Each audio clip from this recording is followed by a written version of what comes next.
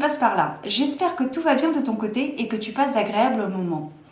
Alors, on se retrouve aujourd'hui pour une vidéo un petit peu particulière puisque c'est la vidéo de la foire aux questions 2023, la FAQ 2023.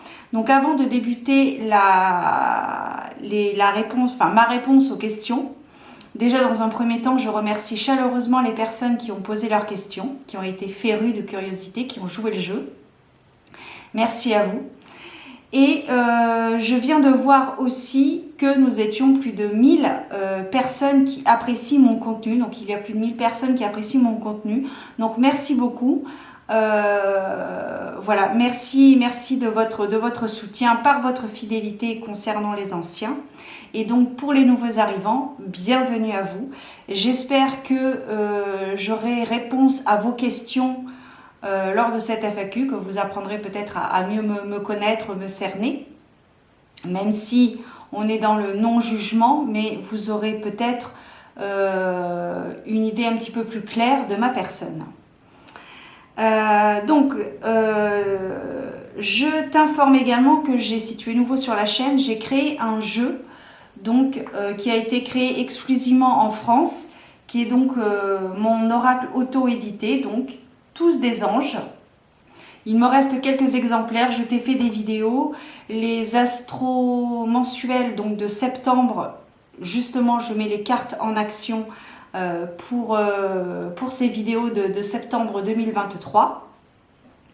Je mets également en vente des pochettes faites main par ma maman et des boîtes d'encens.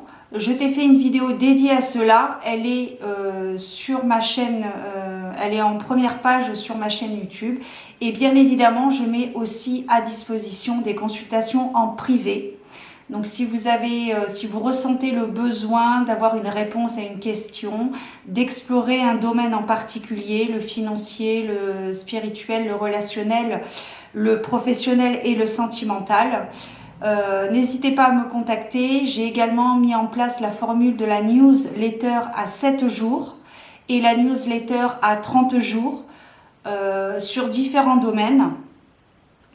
Donc, par contre, je précise que ce n'est pas 7 jours pile poil et 30 jours pile poil. Il y a toujours 2-3 jours de décalage puisque les énergies bougent tout le temps. Donc, voilà, il ne faut pas s'arrêter à 7 jours et 30 jours. Voilà. Autopub terminée, nous allons poursuivre donc avec la première question. As-tu un projet de création d'oracle en cours? Alors oui, j'ai un projet de création en cours, mais pour cela j'ai besoin de toi. J'ai besoin de toi pour finir d'écouler mon stock, mon petit stock qui me reste de mon oracle. Voilà, donc il me reste quelques exemplaires. Donc si tu as envie de me soutenir par mon travail, si tu pratiques la cartomancie, que tu sois débutant ou confirmé, cet oracle tous des anges est pour tous. Voilà, qu'il touche le plus grand nombre d'entre nous. Donc oui, j'ai un projet de création d'oracle, mais voilà, pour cela, il faut que je renfloue les caisses pour être transparente avec toi. Et donc pour cela, je dois finir d'écouler mon stock de jeux. Donc si ça t'intéresse, contacte-moi en message privé si tu as Instagram ou alors par mail. Je te mettrai toutes les informations nécessaires dans le descriptif de la vidéo juste dessous. Voilà. Ensuite, deuxième question, quels sont les jeux pour lesquels tu as craqué depuis le début de cette année et pourquoi? Alors, j'ai un petit peu souri quand j'ai vu cette question parce que justement, en fin d'année 2023, donc je prévois de te tourner une vidéo sur les jeux que j'ai achetés depuis 2 ans parce qu'il y a 2 ans, je t'avais fait une vidéo, je crois que c'était en 2021 ou 2022, je ne sais plus. Je t'avais fait une vidéo l'envers du décor de mes jeux, donc je t'avais partagé toute ma collection de Tarotech et à partir de ce moment-là, j'ai essayé de mettre en place moins d'achats de ma part pour les jeux. J'ai essayé de diminuer ma consommation de cartomancie parce que c'est vrai que à un moment donné, cela m'étouffait, il y avait trop d'énergie parce que chaque jeu a son énergie propre à lui Et c'est vrai qu'à un moment donné, j'étouffais, je n'en pouvais plus. Enfin bon, c'était un petit peu particulier. Donc c'est pour ça que j'ai décidé de revendre ou de donner certains jeux. Et donc, j'avais l'intention justement, en cette fin d'année 2023, de te faire une vidéo et de te partager donc tous les jeux, parce que malheureusement, depuis 2 ans, j'en ai encore acheté, je pense en avoir 3 achetés. Après, je me suis plus concentrée sur des jeux en anglais et sur de l'auto-édition, parce que je trouve qu'ils ont autant de mérite que les jeux mass market. Donc voilà. Après, je n'ai rien contre les jeux mass market. Il y en a qui sont excellents. Donc voilà. Donc rendez-vous en fin d'année pour voir un petit peu les jeux que j'ai achetés depuis 2 ans. Ouais, je crois que c'était 2 ans. Il va falloir que je regarde la vidéo du coup pour que je vois un peu les jeux que j'ai achetés ou pas. Parce que là, vu comme ça, je ne pourrais pas te dire. Donc je regarderai ma vidéo et je ferai en conséquence. Ensuite, si tu devais t'absenter plusieurs mois de chez toi et que tu ne pourrais emporter que 2 tarots, 2 oracles, 2 pierres, 2 livres, quelle serait ta sélection? Alors, au niveau des tarots, le choix a été assez cornélien, si je puis me permettre. Mais il a fallu faire un choix. Donc, je me suis arrêtée à 2 tarots. En ce moment, j'en ai 3 favoris, mais du coup 4 favoris, mais il a fallu que j'en choisisse 2. Donc ça a été un petit peu compliqué, mais enfin un petit peu pas facile. Donc dans un premier temps, alors celui-ci c'était sûr. Donc l'oracle, le tarot Histoire de sorcière, c'est avec celui-ci que je réapprends le tarot parce que je trouve qu'il est très très bien. Là on a la première carte. Le 6 de bâton, je trouve, bon déjà il est sur la méthode Rider-Waite-Smith, tu le connais je pense, si tu t'y intéresses un minimum à la cartomancie, je pense que tu as dû en entendre parler, on le voit un petit peu partout, il a été réédité récemment, donc je le trouve très très bien. Et en deuxième tarot, je prendrai le Triomphi dalla Luna, donc illustré, la version illustrée parce que vous avez plusieurs versions. Vous avez la version Marseille, enfin vous avez 2 versions de toute façon, la version Marseille et la version illustrée. Donc moi j'ai opté pour la version illustrée en italien. Et voilà, je l'aime beaucoup, je travaille avec dessus, ça fait quelques semaines que je l'ai. Donc je continue de travailler dessus et c'est vrai que si je devais partir plusieurs mois maintenant ou dans les prochains jours, voilà, c'est un tarot que je prendrais. Voilà, donc il est assez particulier, les illustrations sont assez particulières. J'aime beaucoup le jeu entre les ombres et la lumière. Je trouve qu'on a totalement ces deux facettes dans ce tarot. Voilà, je t'en parle brièvement parce que je vais te faire une semaine spéciale au mois d'octobre, une semaine spéciale Patrick Valenza. D'ailleurs, je ne t'ai même pas mentionné le nom de l'auteur. C'est Patrick Valenza qui a créé ce tarot, avec la maison d'édition Deviant Moon. Donc, je te prépare une semaine spéciale Patrick Valenza avec les jeux que j'ai de lui. Je ne les ai pas tous, mais voilà, j'ai décidé, voilà, je me dis qu'en période automnale, proche de Samhain, du recueillement, de la célébration, la vie, la mort, etc. Je trouve que c'est une belle période pour parler de ces jeux. Donc voilà. Ensuite, concernant les 2 oracles, alors je prendrai... Ah mais j'en ai sorti 3, donc il faut que j'en enlève un. Bon. Déjà dans un premier temps, je prendrai celui-ci actuellement. C'est le Early Souls and Spirits Moon Oracle de Terry Foss. Donc c'est un oracle que je n'ai pas présenté encore sur ma chaîne, ça viendra peut-être, je ne sais pas, n'hésite pas à me le faire savoir en commentaire. Ce sont des œuvres qu'elle a créées dans un premier temps pour des cadres, etc. sur peinture, en fait voilà. Et donc elle a retranscrit tout ça sur des cartes et elle en a créé donc un oracle. Donc c'est un oracle en anglais. Et ensuite je vois que j'en avais sorti 3, donc il va falloir que je me décide très très vite et je prendrai donc celui-ci Alors ça c'est le livre, c'est l'oracle Tao de Mahadeva Padma.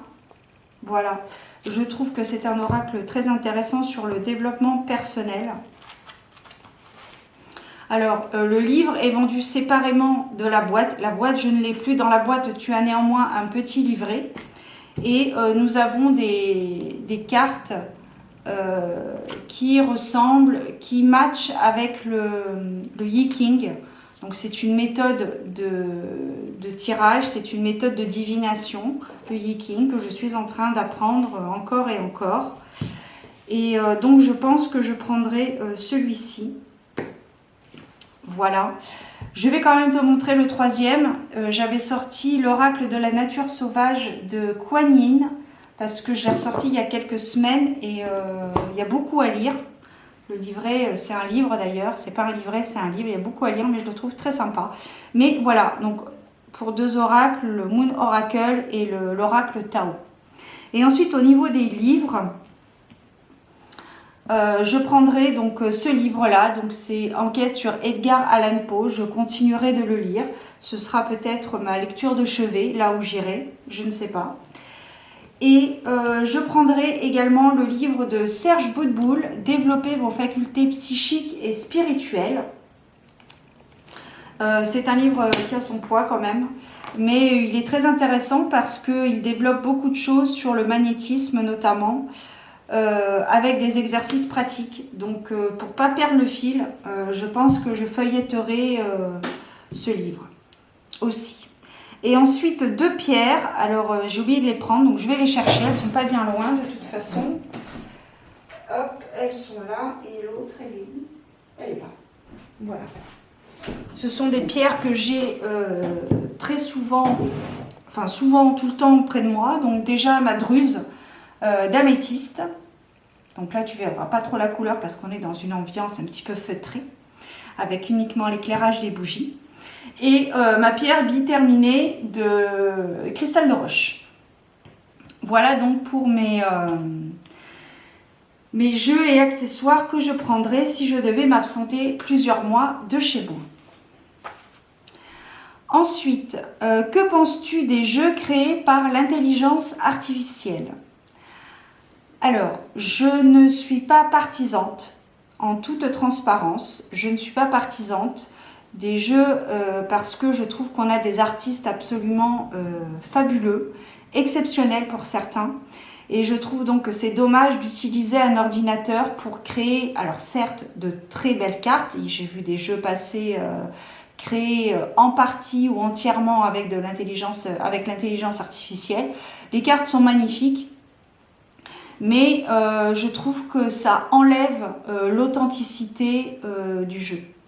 Voilà. Après, c'est mon regard personnel. Ça n'engage que moi. Je te remercie de le respecter.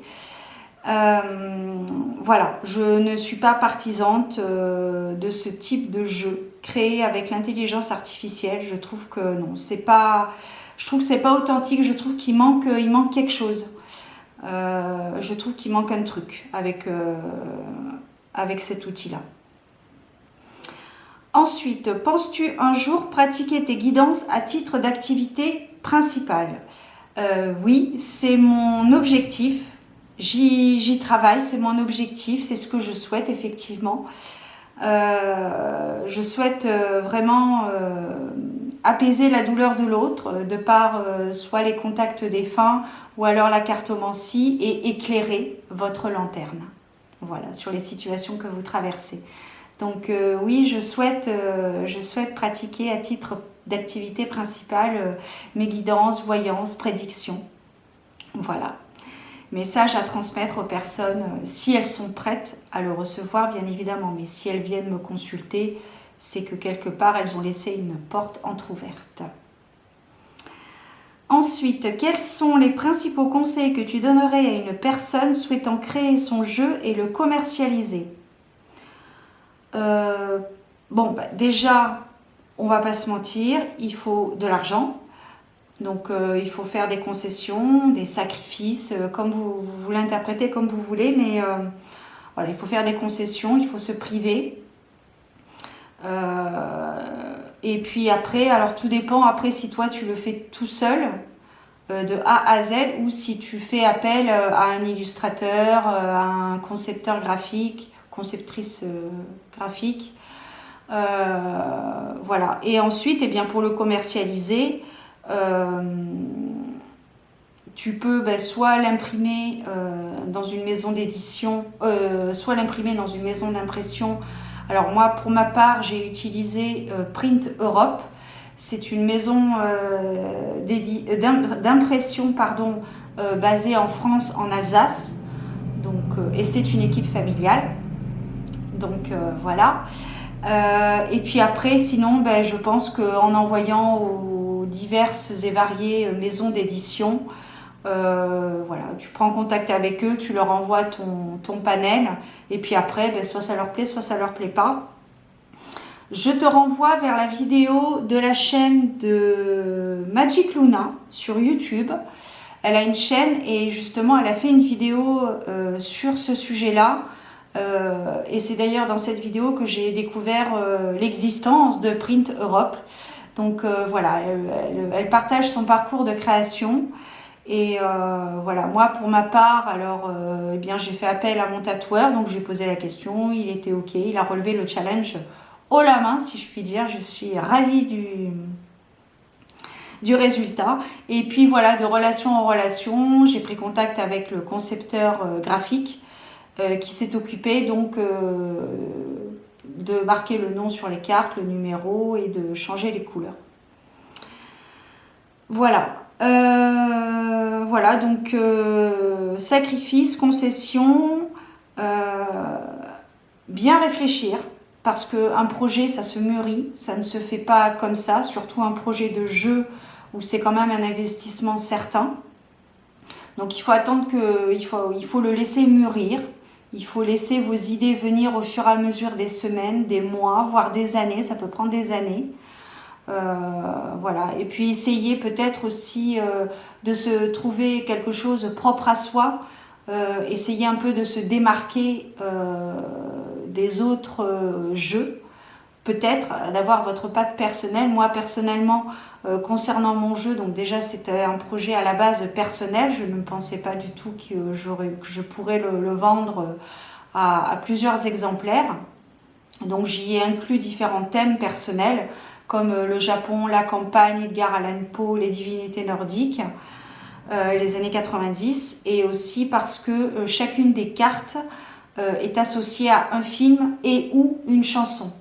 Donc voilà, c'est la particularité de mon jeu, et puis les couleurs sont assez pimpantes aussi. Donc voilà, essayez, laissez les choses venir, laissez les idées venir à vous. Prendre le temps, ne pas se précipiter.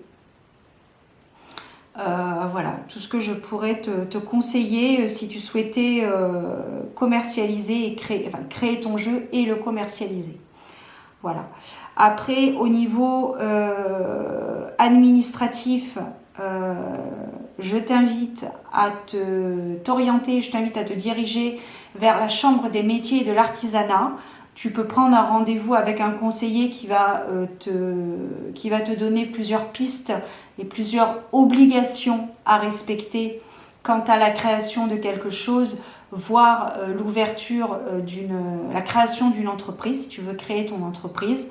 Voilà, tu as donc la Chambre des métiers de l'artisanat, tu as l'URSSAF aussi, et tu as le site du gouvernement aussi, il y a quelques renseignements. Voilà, si tu veux aller plus loin dans ton objectif. Ensuite, quels sont les jeux, types, catégories qui te parlent le plus? Alors, comme je te disais précédemment, moi j'aime bien travailler, j'aime beaucoup conjuguer l'ombre et la lumière, parce que nous sommes tous faits d'ombre et de lumière. Le tout est d'équilibrer et d'apprendre à vivre avec. Donc le Triomphi de la Luna pour moi répond totalement à ce critère. Après, alors ça dépend, je travaille pas trop dans les saisons, par saison. Par exemple, l'été, je vais pas forcément utiliser des jeux clairs,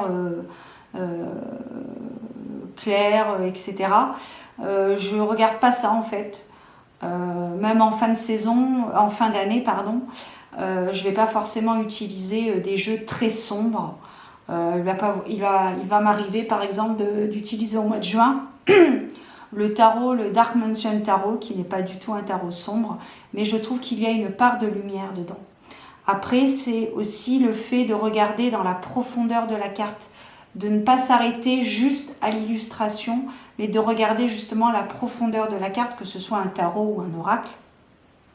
Juste s'imprégner de la carte. Bon, après, il y a des livres qui accompagnent tous les jeux, enfin quasiment tous. Donc, on peut aussi s'aider du livret, mais j'ai pas de catégorie. En fait, ça dépend des périodes qui ne sont pas saisonnières. Si par exemple je vais traverser une situation, une période plus ou moins délicate, je vais peut-être plus m'orienter par exemple vers la sagesse des anges. C'est un tarot Doudou Deck. Et aussi le Dark Mansion Tarot, parce que celui-ci il est universel. Oui, enfin j'utilise toute l'année ce tarot. Voilà. Et puis là, depuis que j'ai découvert le Trionfi della Luna, c'est vrai que, bon, après, c'est vrai que je l'ai découvert cet été, donc j'utilise. Mais voilà. Après, je n'ai pas de. C'est surtout, en fait, c'est surtout dans le type d'illustration. Si l'illustration me plaît et que je me sens capable d'aller plus en profondeur, d'aller plus en introspection, plus. Qu'il y a plus de, que je peux aller plus en recherche intérieure avec ce jeu.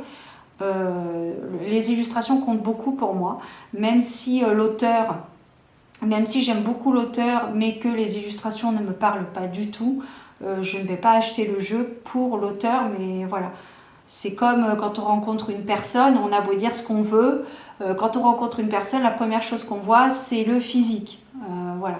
Et bien pour les jeux, c'est pareil, me concernant. Pour les jeux, c'est pareil. Voilà, l'illustration, et si je me sens, voilà.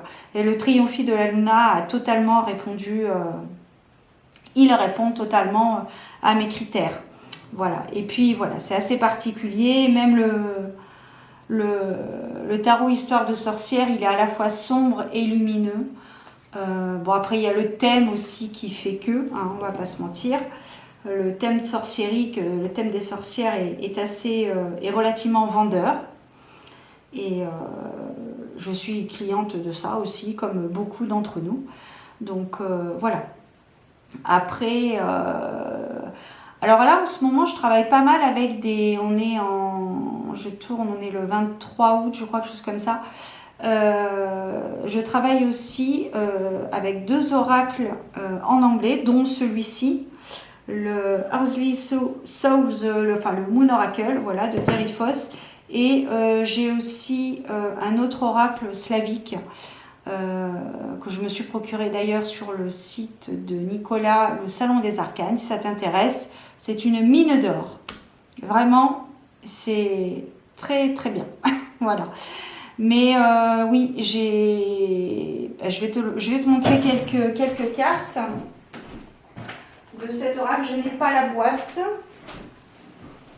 parce que je ne m'encombre pas de boîte. C'est le Universal Folk Oracle de Anita Enverariti. Je ne sais pas. Donc ça, c'est le livret. Et je trouve qu'ici, on a l'ombre et la lumière qui est totalement mise en lumière, pour le coup, mise en avant. Et je trouve que les messages sont très inspirants. Il y a de la réflexion, enfin il y a un bon travail à faire avec ce type d'oracle. Vous avez le livret avec. C'est un oracle en anglais, mais totalement traduisible. Voilà.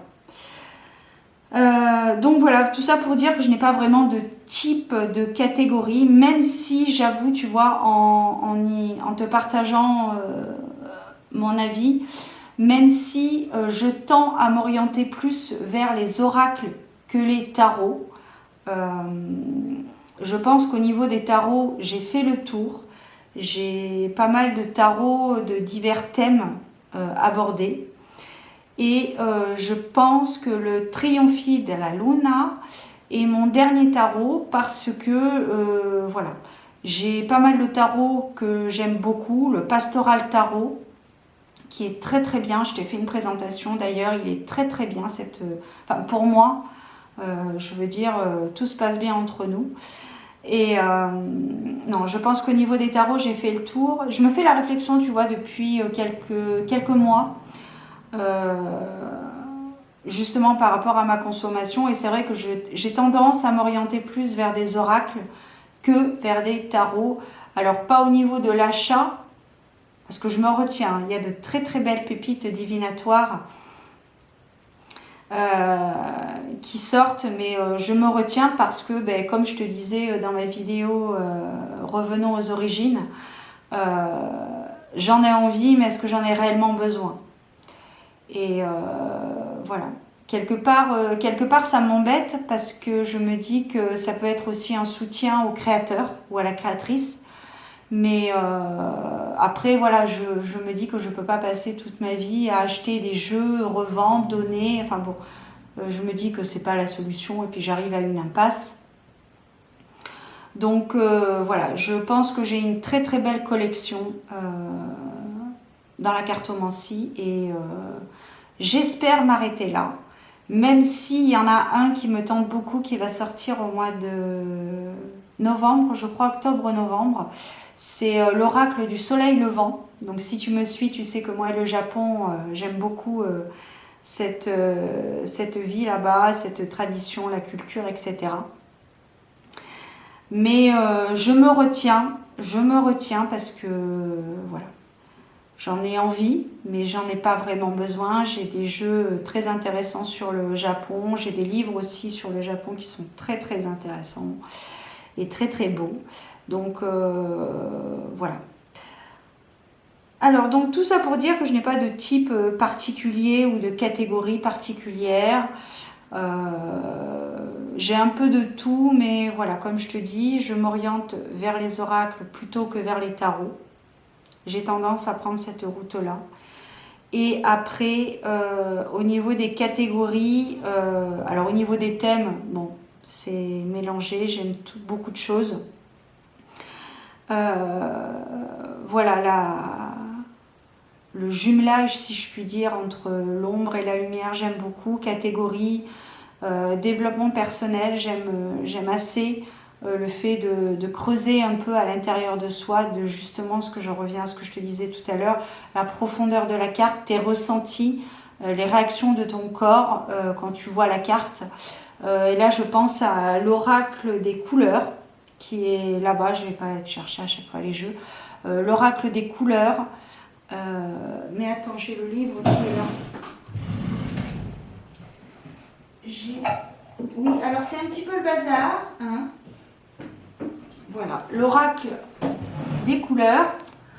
Voilà, donc ça c'est le livre, hein. C'est carrément un livre. Et c'est un oracle, l'oracle des couleurs arc-en-ciel de Pierre Van Obergen. Donc c'est un oracle purement de développement personnel qui permet d'avoir un regard assez, alors objectif ou pas, je ne sais pas, tout dépend de l'énergie du consultant, mais je trouve qu'il amène à la réflexion, il amène à l'intériorité, l'introspection, et enfin moi il me convient bien, et peut-être que toi aussi, je ne sais pas. Mais je trouve qu'il est, voilà, je me dirigerai plus voilà, vers les oracles et vers les oracles tendance développement personnel. Parce que voilà, ça fait depuis, j'ai commencé à en acheter en 2017, oui, donc on est en 2023 et il en sort tout le temps, divers et variés, donc nous n'avons que l'embarras du choix, mais voilà. Par rapport à mon parcours personnel, je limite grandement ma consommation. Voilà, parce que je trouve que ce n'est pas une fin en soi d'avoir même parce que voilà, je trouve que c'est pas une fin en soi d'avoir beaucoup de jeux. Et même si moi j'en ai énormément, je pense que je dois pas être loin de la centaine de jeux Comme je te disais dans la vidéo, revenons aux origines. Il y en a qui se portent... Alors, me revoilà, ça avait coupé. Je parle trop. Voilà. Mais comme je te disais, c'est vrai que là, au moment où ce que j'arrive, enfin, au moment actuel, je trouve que, voilà, comme je te disais, les jeux, pour moi, avoir énormément de jeux, je trouve que ce n'est pas une fin en soi, et c'est pour ça que j'essaie de diminuer comme je peux ma consommation de jeux. Je trouve qu'il y a tellement d'autres choses à faire autour, justement, autour de la cartomancie, autour du développement personnel, autrement que par les cartes. Les cartes ne sont que des supports, je tiens à le rappeler. Voilà, mais c'est vrai qu'il y a une émergence de jeux tout le temps, tous les mois, il y a des jeux qui sortent et c'est vrai que, enfin bon, je trouve que ça ne me correspond plus. Parce que voilà, quand j'ai commencé à acheter un jeu, deux jeux, trois jeux, quatre jeux, 10 jeux, 15 jeux, et là je pense que je dois en être pas loin de 100 jeux. Et je trouve que c'est bien assez, et que voilà, ce n'est pas une fin en soi pour ma part par rapport à mon parcours personnel, hein, je le précise. Ensuite, as-tu des guides? Oui, comme toi. Et si oui, comment se manifestent-ils? Alors, il y a différentes façons pour eux de manifester leur présence sur cette terre, sur ce plan terrestre. Pour ma part, ça va se manifester déjà par les rêves. Voilà, par les rêves. Après, ça va être des instants, pas des instants, des moments des choses qui vont tomber, une plume, un animal, voilà, une personne qu'on va rencontrer, et puis au cours de la conversation, eh bien, il va y avoir un truc qui va te faire penser justement à tes guides, enfin à mes guides pour le coup. Voilà, il y a l'environnement aussi, enfin, après, beaucoup de choses rentrent en ligne de compte. C'est pour ça que je dis souvent d'être attentif à notre environnement, parce que justement il se manifeste par une multitude de choses. Ça peut être des plumes, une mie de pain en forme de cœur ou en forme de lettre, des animaux, un souffle, un parfum, voilà, un parfum, une odeur. Voilà, des mots qui vont résonner, et puis les rêves aussi, j'en parle aussi des rêves, parce que c'est vrai que c'est souvent par les rêves que nos guides se manifestent, ils nous envoient des messages, à nous après de les décoder. Voilà. Et puis voilà, on a tous des guides, que ce soit des anges, des défunts, des entités, des déesses, des dieux, voilà.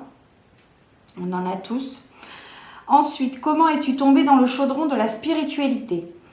Alors, dès mon plus jeune âge, en fait, je crois que je l'avais expliqué, je ne sais plus si je l'ai expliqué un jour. Je sais que quand j'avais mon site internet, je l'avais expliqué bien comme il faut. Mais bon, là, pour les grandes lignes, en fait, si vous voulez, dès ma plus tendre enfance, dès l'âge de 5-6 ans, j'ai ressenti des présences là où j'habitais. C'était une maison assez ancienne qui datait de 1800... Je ne sais plus si c'était 1858 ou 1893, mais c'était voilà, une maison qui a connu pas mal de monde et pas mal de périodes. Donc voilà, dans cette maison, j'ai ressenti des présences. C'était très lourd. D'ailleurs, plusieurs années après, j'ai compris le pourquoi du comment. C'était pas très positif. Mais voilà, mon premier contact donc avec des âmes perdues. C'était donc dans cette maison où j'ai eu donc mes premiers contacts. Et ensuite, eh bien, j'ai fermé le canal pour des raisons qui me regardent. Et j'ai réouvert mon canal en 2017 par les rêves. tout simplement. J'ai reçu un message et après ça s'est poursuivi, mais voilà, dès mon plus jeune âge, j'ai ressenti les présences. J'ai communiqué aussi avec certains de mes défunts à moi. Et voilà, et depuis, eh bien, je travaille dessus par la théorie, donc les livres et les cartes, et également par la pratique. Voilà, donc depuis, je travaille dessus,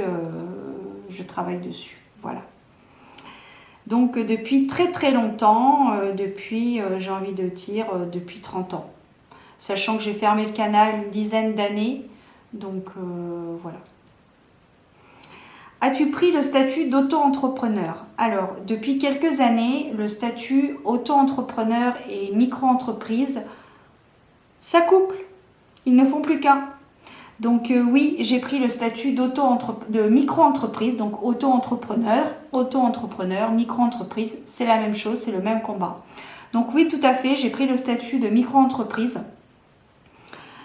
Et de là, bien pareil, si cela t'intéresse, que tu vas aller plus loin, comme je te disais sur la question de commercialiser ton jeu et peut-être créer ton entreprise, pareil, Chambre des métiers de l'artisanat, URSSAF, gouvernement, site du gouvernement, et je crois qu'il y avait une quatrième...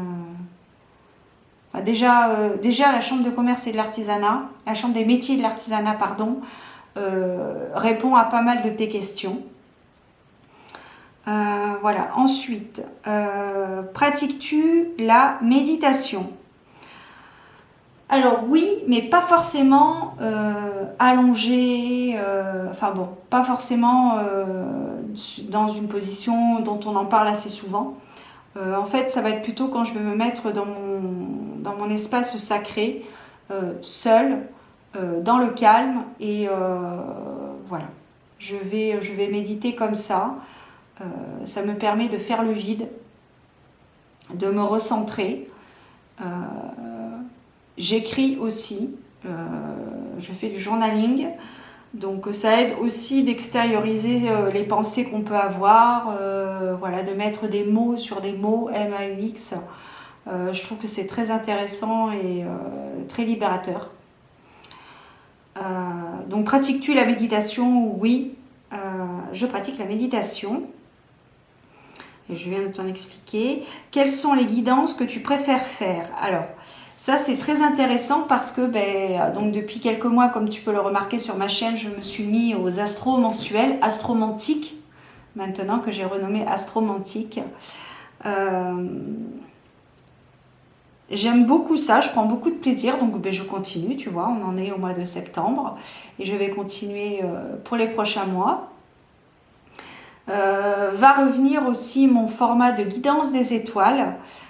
C'est un format que j'avais un petit peu abandonné ces derniers mois. J'ai déjà fait des guidances des étoiles. Donc la guidance des étoiles, c'est l'énergie principale avec un arcane majeur, un développement avec un oracle ou un tarot, et ensuite la synthèse symbolisée par un conseil d'un oracle. Donc un peu comme une rédaction en fait. L'introduction, le développement et la synthèse. Voilà. Donc ça, je vais reprendre ce format parce que ça me manque un petit peu, puis j'ai envie de le faire. Et puis, qu'est-ce que j'avais... voilà, les guidances que je préfère faire, les guidances générales. J'aime beaucoup les guidances générales. Je trouve que ça peut ouvrir plusieurs portes, pardon. Et ça peut nous permettre d'explorer plusieurs pistes aussi.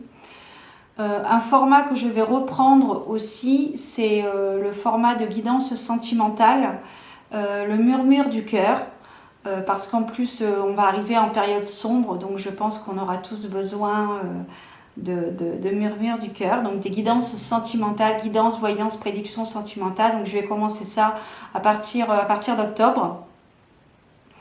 Et puis voilà, mais sinon voilà, je trouve que les guidances générales sont assez larges. Après, c'est vrai que par rapport à mon type de guidance générale que je fais, comme j'ai la capacité à avoir des visions, à entendre des choses et parfois à sentir, c'est vrai que c'est assez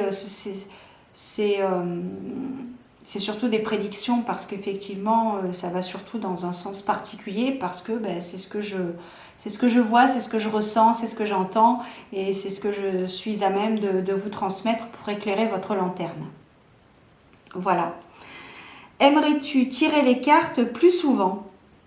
Oui, j'aimerais bien tirer les cartes plus souvent, mais à titre privatif, parce que là, si tu as remarqué, je ne fais plus de guidance sur mon compte Instagram, ou très très peu, parce que ça ne m'intéresse plus. Je trouve que ça peut... j'ai pas, et puis de toute façon, j'ai pas de retour, donc ou très peu. Et comme je te disais, toujours en lien avec la vidéo, revenons à nos origines.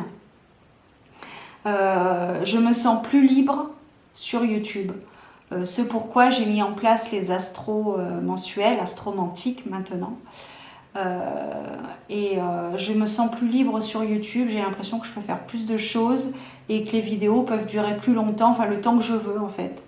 Donc, et puis j'aime bien travailler sur la logistique, la miniature, le développement de la vidéo en description de la vidéo. J'aime bien travailler sur ça. Et puis, je prends plaisir vraiment à faire ces guidances, voyances, prédictions, parce que déjà de 1, j'ai des retours et je me sens vraiment dans mon élément quand je fais ces vidéos. Vraiment, je me sens vraiment, j'irais pas dire jusqu'à accompli, mais j'ai vraiment l'impression que ça parle à des personnes et je le vois dans les retours que j'ai d'ailleurs en commentaire. Donc oui, j'aimerais plus tirer les cartes, mais plus souvent. Donc si vous avez besoin d'une consultation, contactez-moi par mail ou si tu as Instagram, contacte-moi en message privé, ce sera avec plaisir. Voilà. Alors, aimerais-tu tirer les cartes plus souvent? Y a-t-il un moment en particulier dans la journée où tu préfères tirer les cartes? Alors, ça aurait été il y a quelques mois, je t'aurais dit le soir. Mais maintenant, au fur et à mesure de ma pratique, de mon expérience, de mon parcours, je me suis aperçue que je pouvais tirer les cartes à tout moment de la journée et avoir des messages qui parlent aux personnes aussi bien si j'en faisais le soir. Donc après, j'ai un rituel, effectivement, de jour comme de nuit, je fais le même rituel, quasiment le même, après il y a toujours des variantes. Mais oui, donc non, pour répondre à ta question, y a-t-il un moment en particulier dans la journée où tu préfères tirer les cartes? Non, je peux tirer les cartes le matin à 6h du matin, le matin à 11h, à 15h, à 18h, à 23h. Peu m'importe. J'arrive à avoir une certaine concentration, une certaine connexion avec mes guides et voilà. As-tu des rituels avant de tirer les cartes? Eh bien écoute, c'est très bien. Oui, j'ai des rituels. J'ai un rituel. Alors déjà, il faut savoir aussi que dans les jeux, dans les livrets, souvent, il vous est proposé des suggestions pour préparer votre tirage. Moi, personnellement, c'est une bougie, de l'encens et les prières. Voilà. Et après, ça varie, mais de manière générale, ce sont ces trois outils que j'utilise avant de tirer les cartes. Le silence, voilà. Une petite méditation, un petit lâcher-prise aussi. C'est primordial avant de tirer les cartes. Comment caractérises-tu ta relation avec les cartes? Alors, suivant les jeux, hein, bien sûr. Suivant les jeux, je dirais que ça peut être assez fusionnel.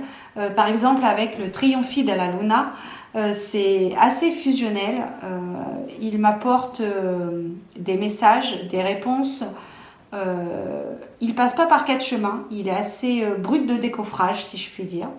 Et moi, ça me va parce que des fois, certes, je peux passer par des périodes délicates et j'utilise donc un doudou deck. Mais parfois, j'ai besoin de savoir les choses, de savoir les choses à brûle-pourpoint, comme dirait l'autre. Donc, je dirais assez fusionnel. assez délicate aussi parce que je prends soin de mes jeux. J'y prends soin, enfin voilà. Si je les garde pas dans leur boîte originelle, je les mets soit dans une pochette, soit dans un petit rangement dédié à cela. Donc vraiment, je prends soin et même des fois, je les enveloppe dans un petit tissu pour ne pas les abîmer. Je pense notamment à l'oracle des jumeaux Zemmer. Je lui ai trouvé un morceau de tissu d'ailleurs parfait pour aller avec lui. Je t'en parlerai d'ailleurs très certainement au mois d'octobre quand je te ferai la semaine de Patrick Valenza avec les jeux que j'ai de lui. Une relation très presque non, confidentielle. Confidentielle parce que il y a des jeux où ça va être très intime. D'ailleurs, tu remarqueras que sur Instagram, je ne partage plus trop de jeux parce que ça ne m'intéresse plus. Voilà. Je ne sais pas encore trop comment je vais poursuivre mon aventure sur Instagram. Mais voilà, concernant les jeux, les partages, etc., c'est vrai que j'ai envie de garder pour moi en fait, j'ai l'impression que c'est une relation assez particulière, assez intimiste, un peu comme une relation de couple. Bon, sauf que là c'est des cartes, mais c'est un peu une relation privée, quoi, une relation vraiment entre lui et moi, quoi. Et c'est vrai que c'est assez magique parfois. C'est assez magique. Alors, arrives-tu à tirer les cartes pour toi? Si oui, en divination ou en développement personnel? Alors, je dirais déjà pour le Trionfi della Luna, je crois que j'ai jamais autant cité le nom d'un jeu dans une vidéo. Oui, j'arrive à tirer les cartes pour moi. Je le fais pas souvent parce que je n'en ressens pas le besoin de me tirer une carte toutes les semaines, ni tous les jours.